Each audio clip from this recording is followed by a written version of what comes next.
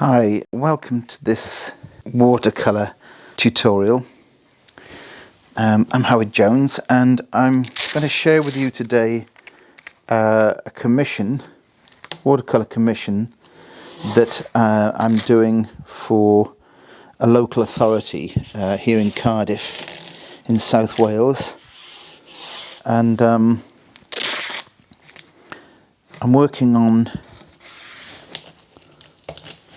Arches paper, and I have a selection of colours that are different to my normal palette that you see me using.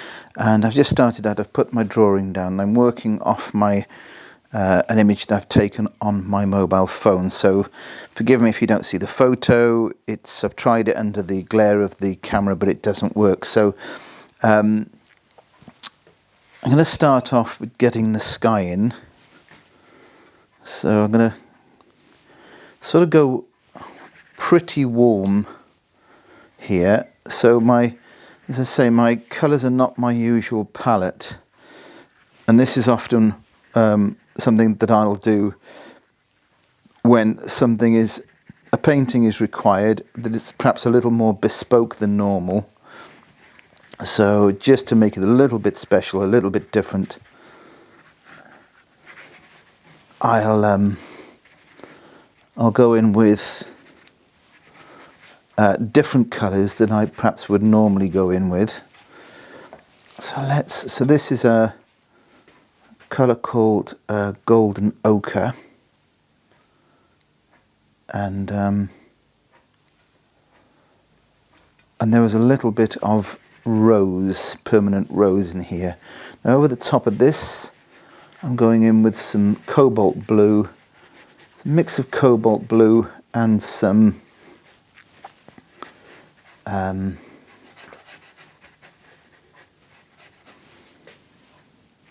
cerulean blue. So I just wanted to make sure that the lower part of that sky there was nice and warm. Now that I've got the sort of colours that I was looking for, I'll just strengthen some areas. So just give the sky a little bit of perspective, a little bit of depth here. And then down in the distance, some thinner striations, some thinner colours like this. And into here. And we'll keep some areas of the actual painting nice and cool.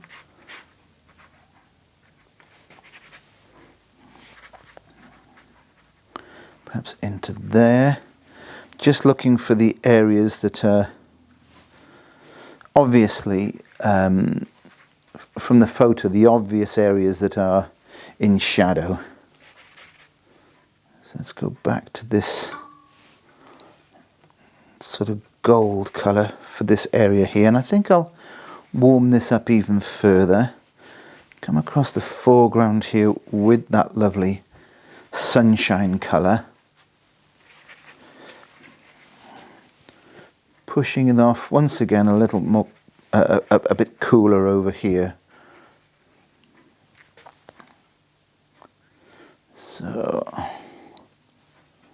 just want to get some neutrals in certain areas.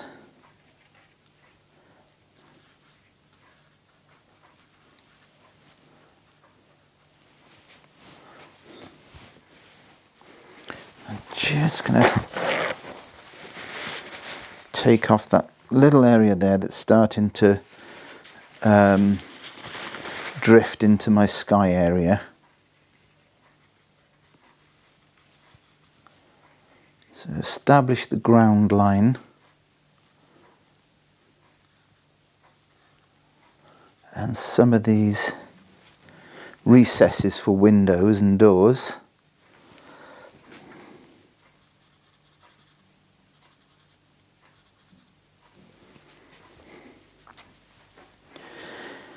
So form shadow and cast shadow. A little bit of cast shadow will make a little bit sort of purple in colour. Back there.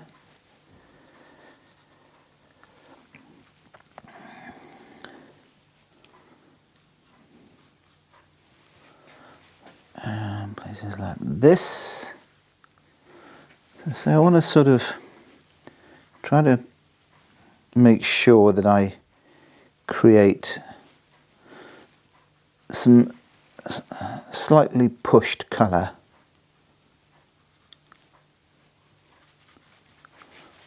Same over here. There's some beautiful cools in these areas. I'm just going to manipulate some of these shapes before they get a chance to stick permanently in here.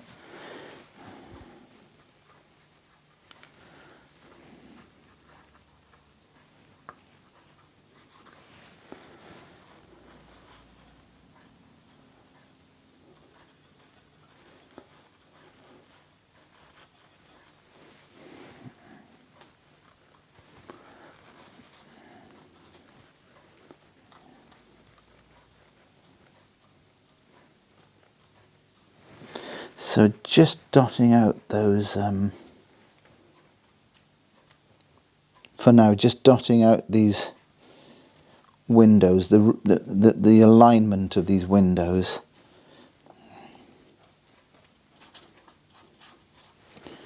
And then there's structures back here. So I'm working very wet into wet here.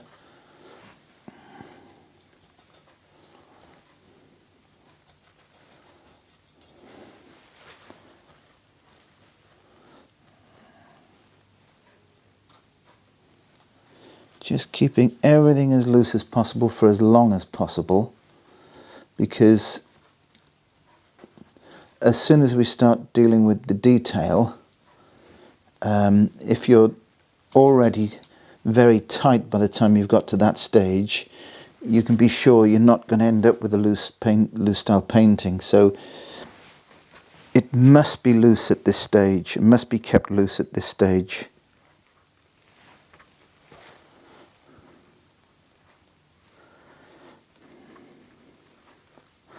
And I'm already tightening up a little bit, so just going to back off for a moment and perhaps pick up the big brush again.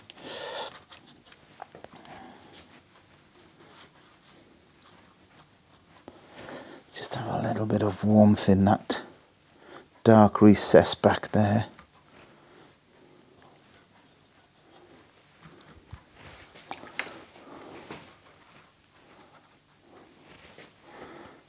Might be just a little too red. Just keep jumping between the cool and the warm.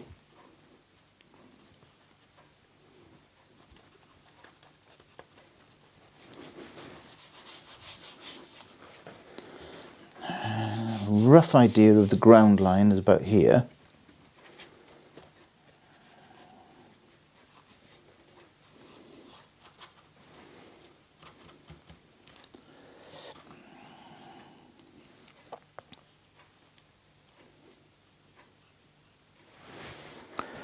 And there's a turn of angle here that I must make sure is right. So again, just go a little bit darker.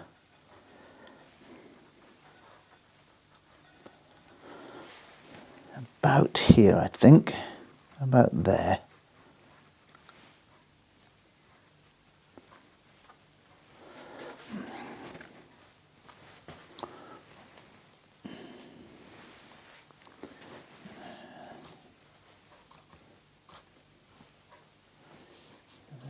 There's the similar turn of angle down here on the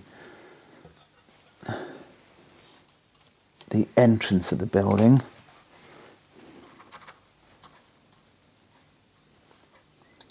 As this protrudes forward as a separate structure. A window here.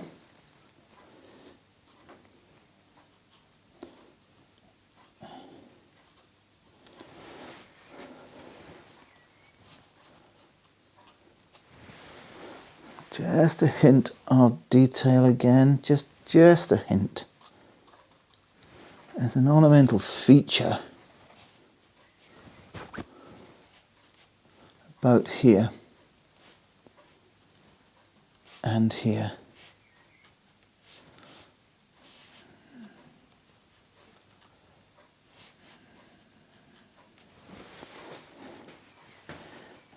And once again, we need to turn our attention to one or two other places.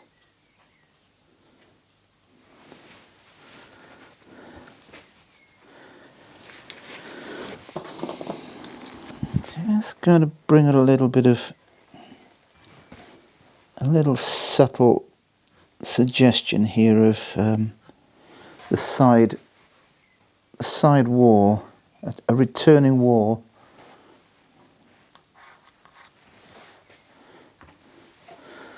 Okay, now let's get this sort of grassy area in the front here. So I'll look to perhaps bring in a brighter yellow.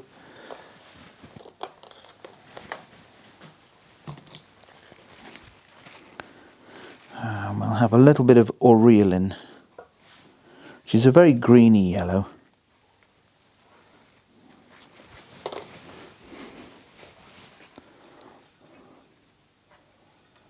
And we'll couple that with a little bit of ultramarine blue.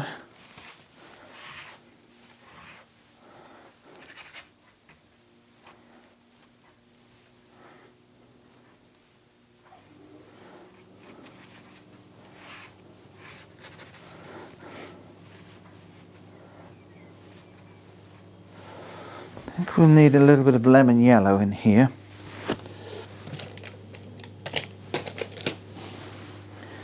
Just to suggest the brightness of the sunshine at the far end of this grass area.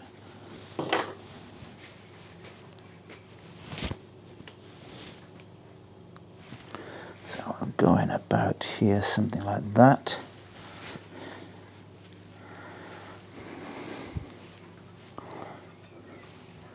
And then I think we've got to echo a little bit of this colour somewhere.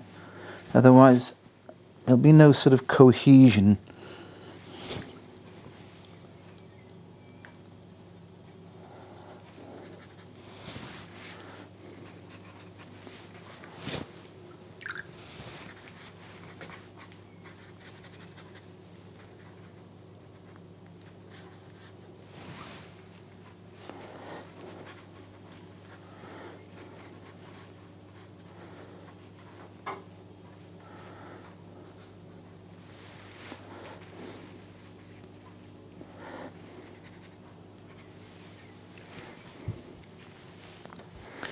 Okay, just run some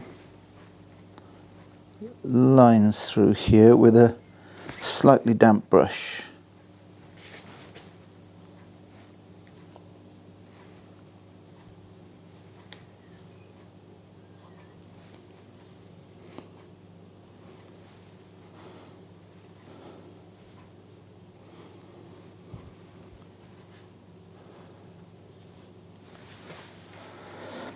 Okay, I think we better speed dry this.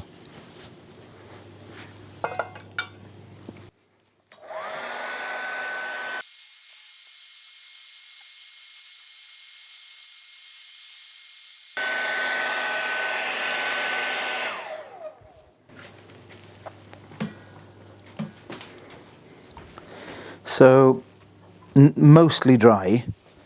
Not absolutely dry, but dry enough for me to continue into where I want to go next. So I'll just pick up a little bit of a dark mix, which would be ultramarine blue and burnt sienna. I'll put these on my little pickle jar lid here, just to make sure that I don't contaminate it with too much water. So that's just ultramarine blue and burnt sienna, with virtually no water, only really what was already in the brush, which was very little. So I'll just start laying out areas to suggest the detail in here. I'll just take, I have to keep reloading this mix.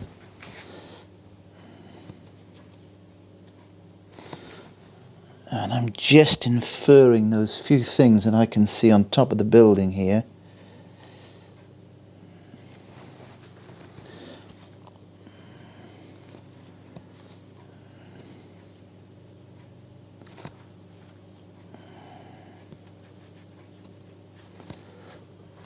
And just reloading again. And I think the door is about here. I sometimes, I should say more often than not, I try to work from a photo where I actually can't see all the detail, because there's a real danger of working too tight. If you can see every little subtlety in the scene that you're trying to create, it's really not good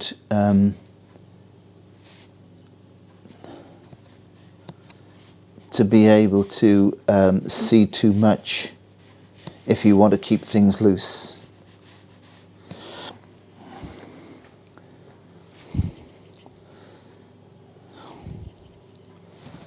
So I'm just trying to make sure that I keep most of my detail exactly where I want it, and that is in this area here. There will be need for some detail elsewhere, of course, but this is the area that must work. This has got to work.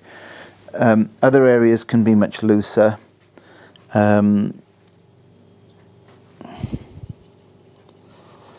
But yeah, these are the areas here that must be correct. In terms of how much detail we want to infer, and it's only ever about inference. To paint in the loose style, of course, you have to try and find that balance between what is just enough information. I sort of refer to it as distilling the one remaining identifying element of a scene that tells you what it is. So you forfeit a lot, but there is always the basic essence of something that you can't not ignore, or you must achieve.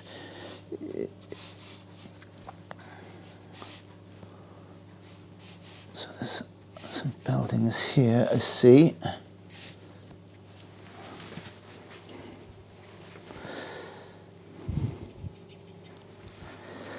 And seems to be a bit more going on the clock tower up here. And you probably picked up on the words clock tower and wondering perhaps why I'm not putting a clock face on the clock tower. For reasons, we were just I was just sort of talking about. At this distance, it would just be an unnecessary detail to include something as finite as a clock face at this distance. And it's really not about the clock tower anyway. It's more about the entire, the whole shape. So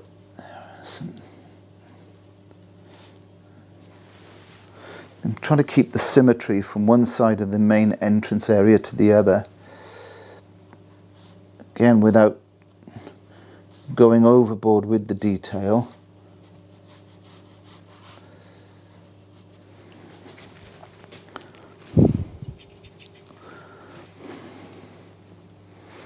So let's probably turn our attention again in a moment to go back to a big brush so that we can just place some things back down.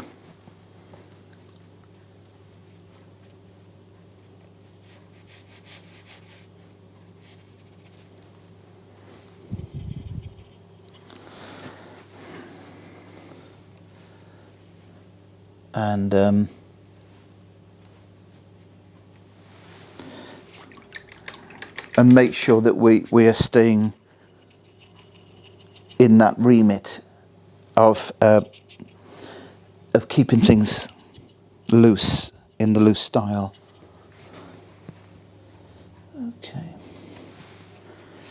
I'm just going to pick up a rigger brush this stage, and a rigger brush, of course, is that brush with the long fibres. And this will help me just with a little, it'll help me in terms of the slightly more line-like qualities of these buildings. There's always a lot of line, of course, in these designs, these architectural designs. So I find the rigger brush the perfect brush for this.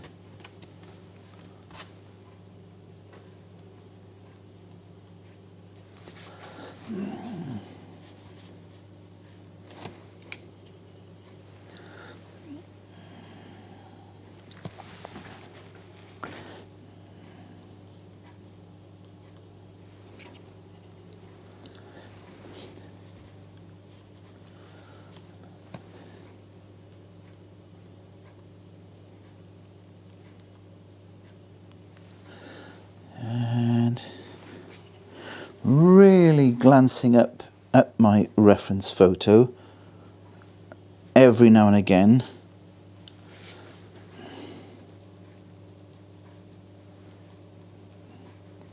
Just to make sure that I'm not putting in anything that isn't there. It's more a case of not putting in things that are there, because a lot of it is unnecessary.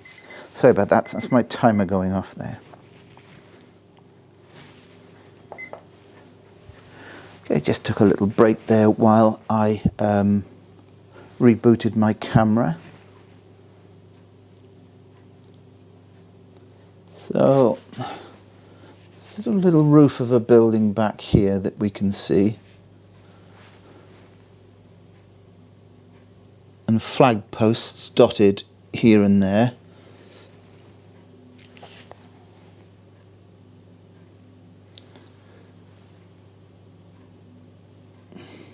As is quite typical, of course, of these city buildings. So let's run something through here.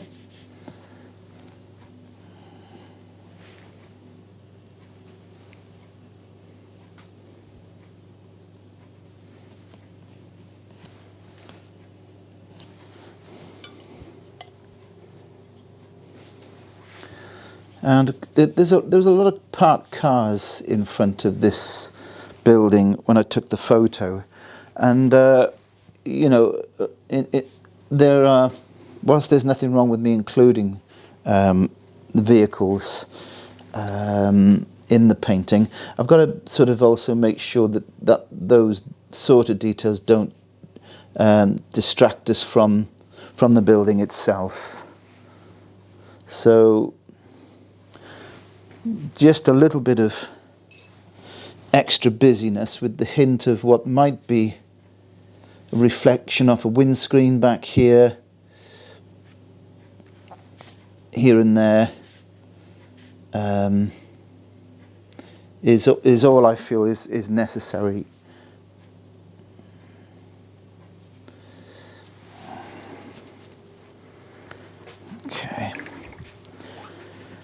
I think I just want to warm up, give a little bit of warmth. There's a bit of sunshine around. When I took the photo, it was a pretty overcast day. It was a sort of ambient light, and but there was some warmth. There was this sort of warmth in places.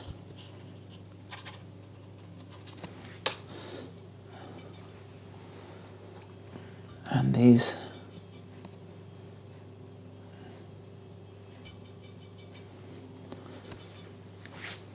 a little bit of sort of verdigris, this lovely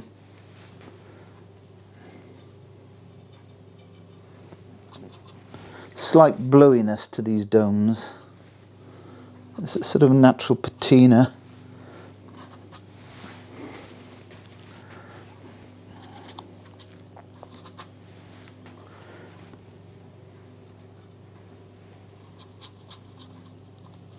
So, okay, let's put that little rigger brush down for a moment, and I think it's time just to go in and make sure that we've established this area in the front of the building again.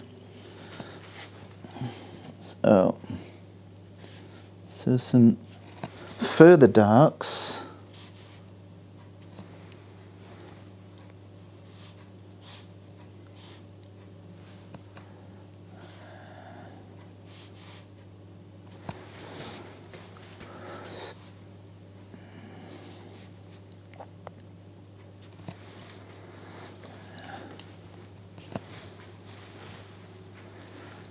And just studying what's going on. Making sure that I'm only really putting in the things that I really only need to put in.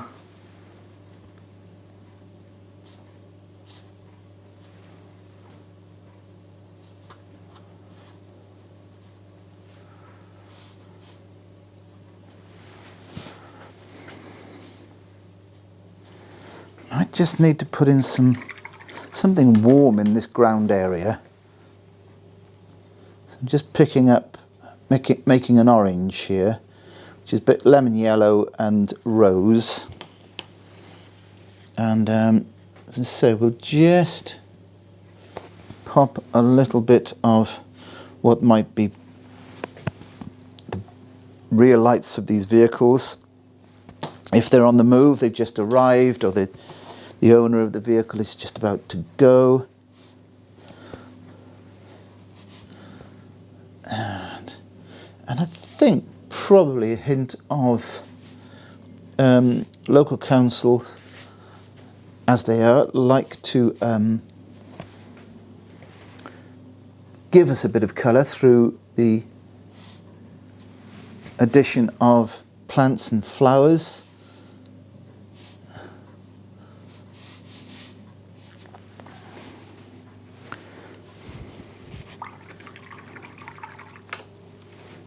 Okay, so the area that I've got to consider for now, I think, is just my right-hand side. I want to bring this tree in that I've got here, and then really, it's almost a finished job. Let's see if we can get just.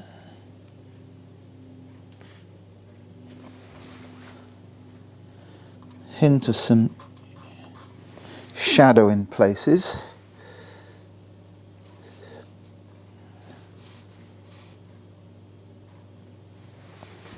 So it turns away from the warm light.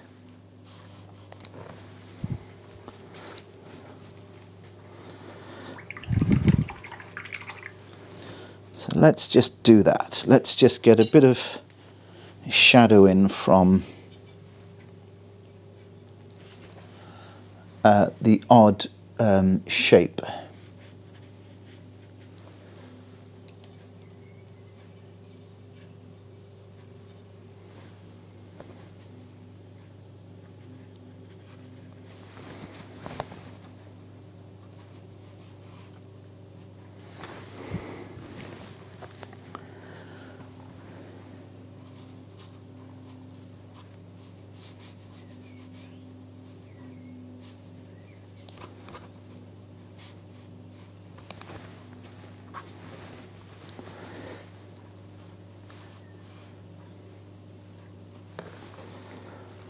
Okay, we're nearly there.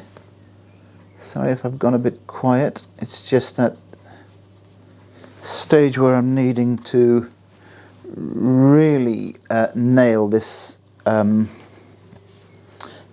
this directional light.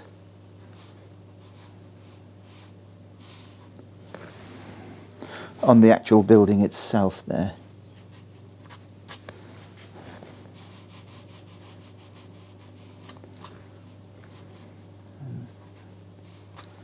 These structures that are the ornamentation, I should say, that pokes forward is a promontory that that comes in our direction, if you like. We'll put the odd shadow across that face because the light is coming from the left. So let's deal with the main shadow.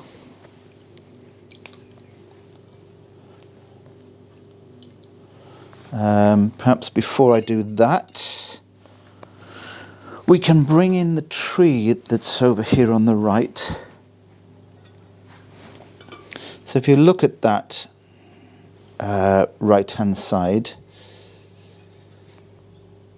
there I really haven't done much because I wanted to bring this tree in from the right-hand side here.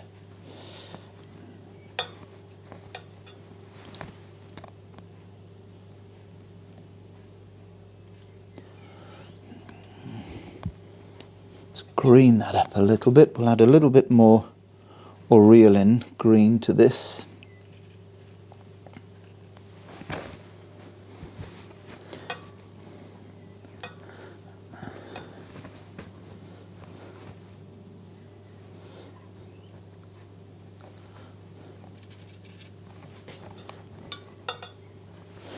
And then I've got a better brush for this, so I'm going to just grab this slightly larger brush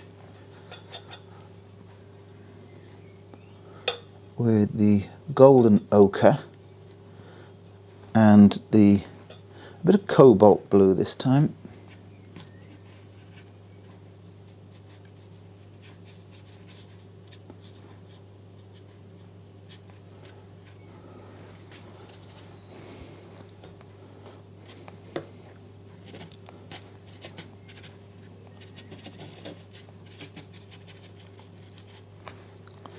If I bring a little bit of warmth in here and there and suggest that this is the foliage, the leaves that are on our side of the tree.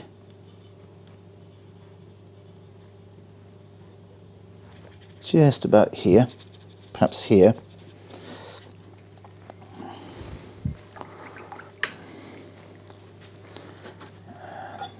Then nearly everything else is pretty cool, a sort of bluey green.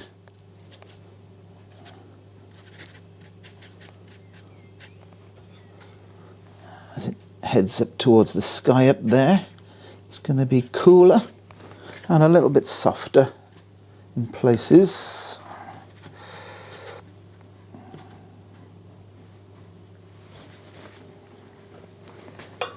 And then back to something to infer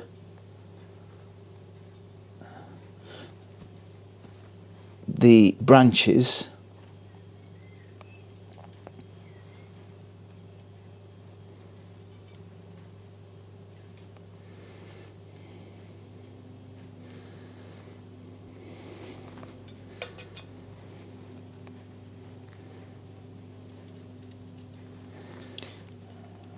Weaving their way through and in between the clusters of leaves. Now for a bit of balance, there are trees over on the left. They're actually out of view in my photo, in this section of the scene. I'm sorry, they're in. I can see them in my photo, but they're just beyond this building, the end of this building. I'm going to bring them forward just for a bit of counterbalance.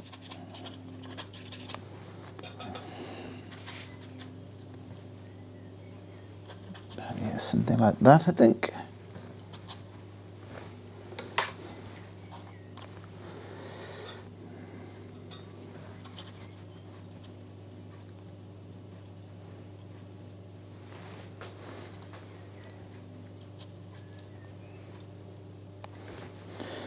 Okay.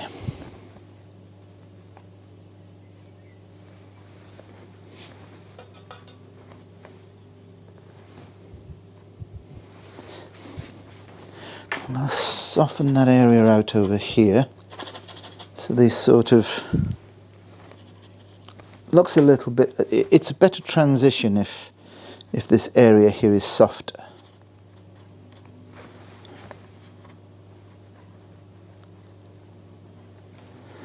This will require a shadow, of course.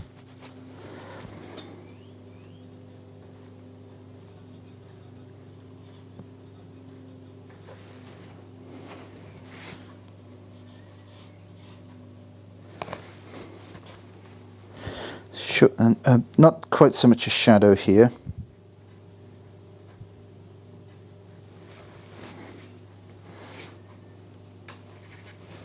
But I think we will soften this area out also.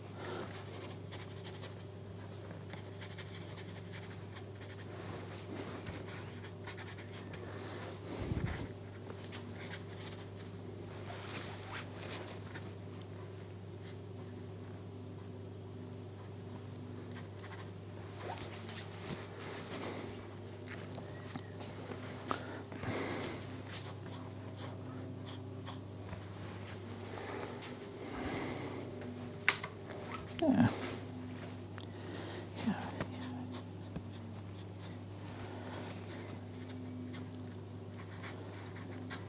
Just making sure now that our viewer is going into here.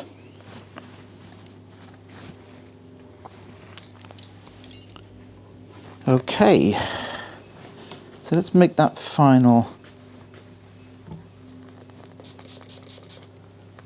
Let's make that final shadow, which is going to be ultramarine blue.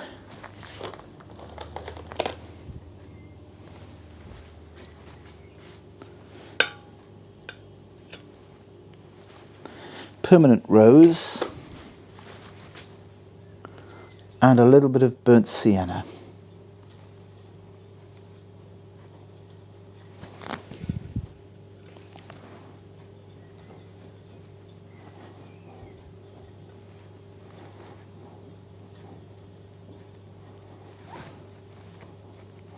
So here we are.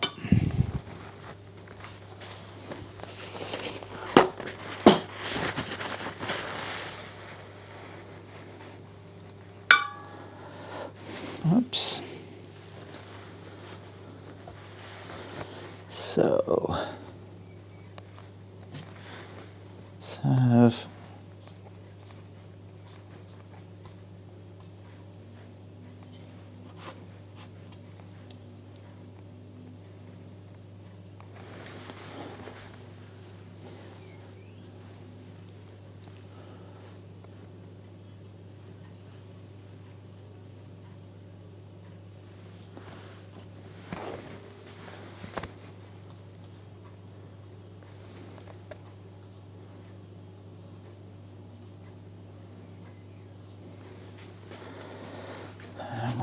some of that in shadow, I think, up there. That seems to be in shadow. Shadows from probably lines of trees that we can't see over here, so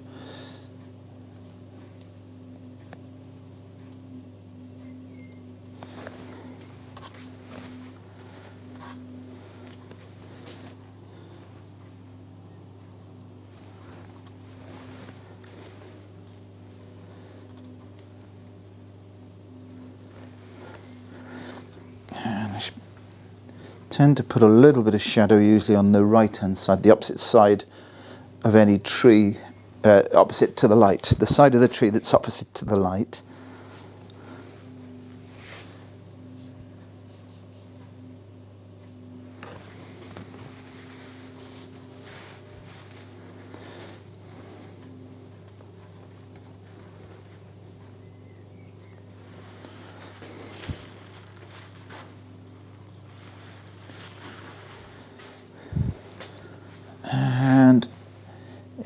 It's as though there is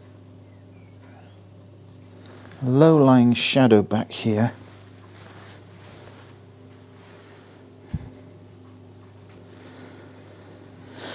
I think we are probably done. I think that is, the balance is probably right there now. Before I go putting in anything else, I'll check it over. Probably just need, so I just check for things like you know, focal point territory, making sure that that really is standing out.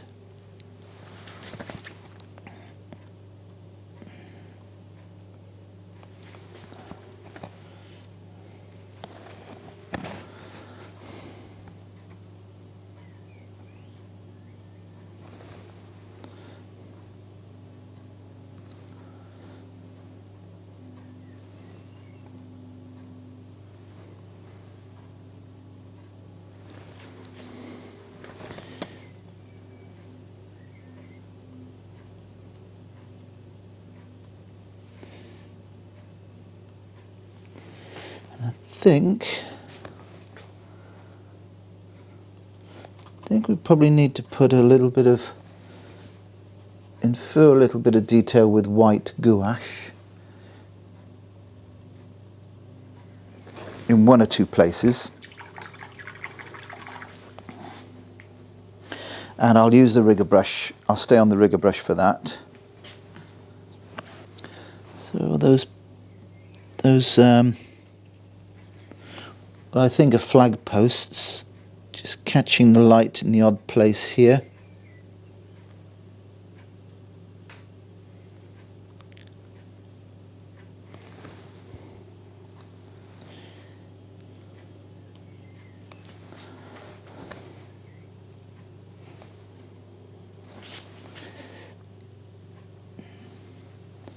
The odd glimmer of light across these cars.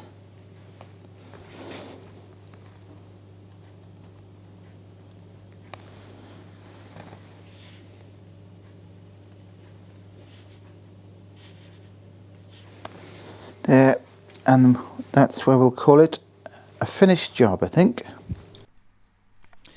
Hi, I hope you've enjoyed watching this video. If you have, please subscribe to my channel, as this will ensure that I'm able to upload further videos and lessons on a regular basis. And apart from subscribing, if you also hit the little bell icon, you will get immediate notification as and when I upload new videos.